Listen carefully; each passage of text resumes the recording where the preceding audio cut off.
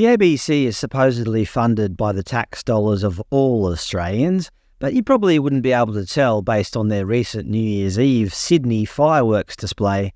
It was more of an exercise in propaganda than anything else. I think they were probably expecting the Indigenous Voice to Parliament referendum to win, which it didn't, but they went ahead with the program all the same.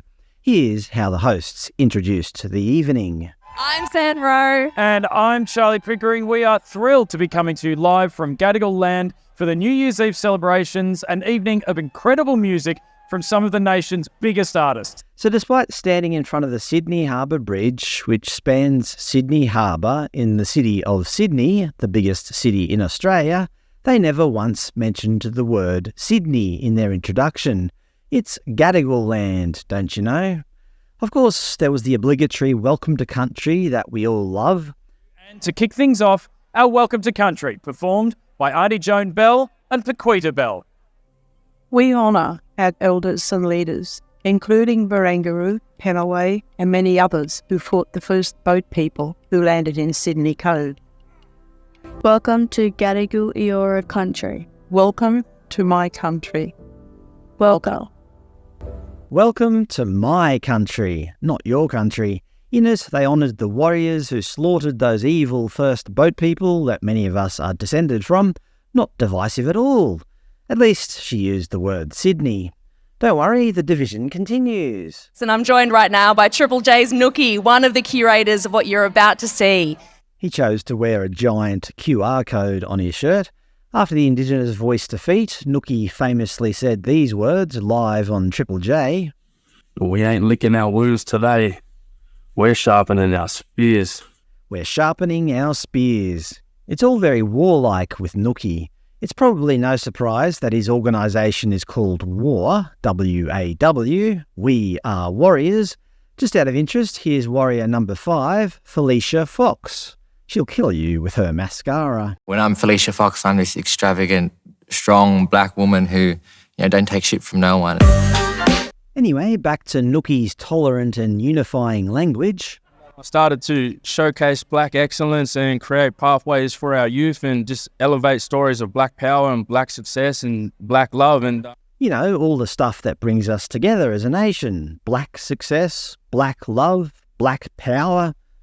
Then an Indigenous band called 3% played a rather divisive song, 3% referring to the percentage of Australians who identify as Aboriginal.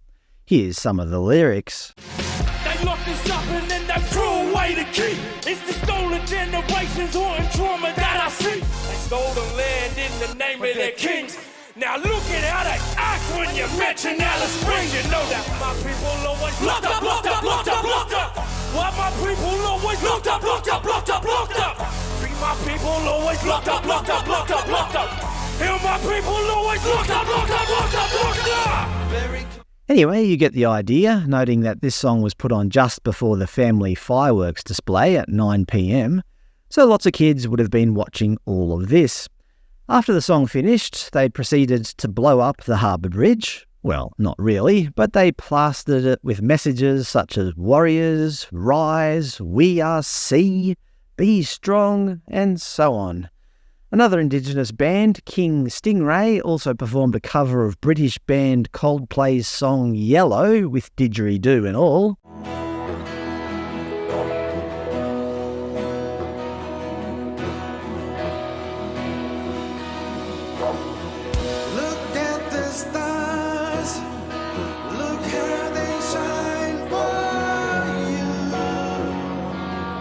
He also gave a speech in his native language, which I presume none of the audience could understand. But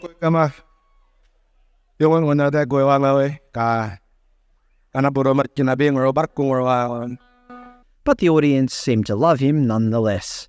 Here's a couple of them enjoying the show.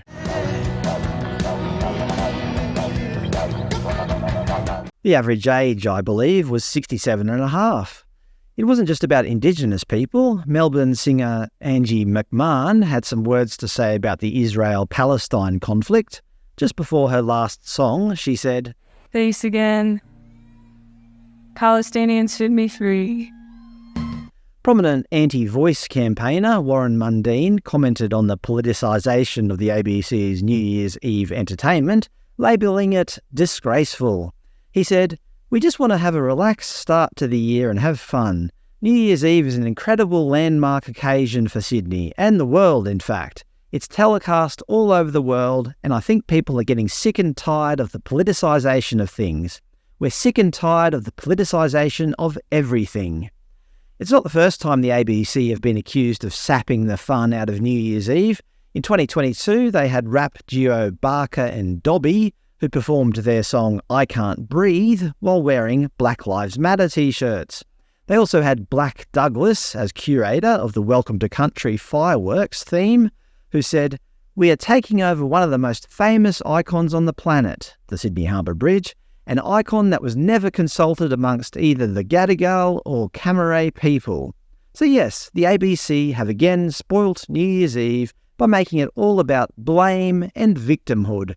Thankfully, I turned it off straight after Charlie Pickering failed to mention the word Sydney during his introduction.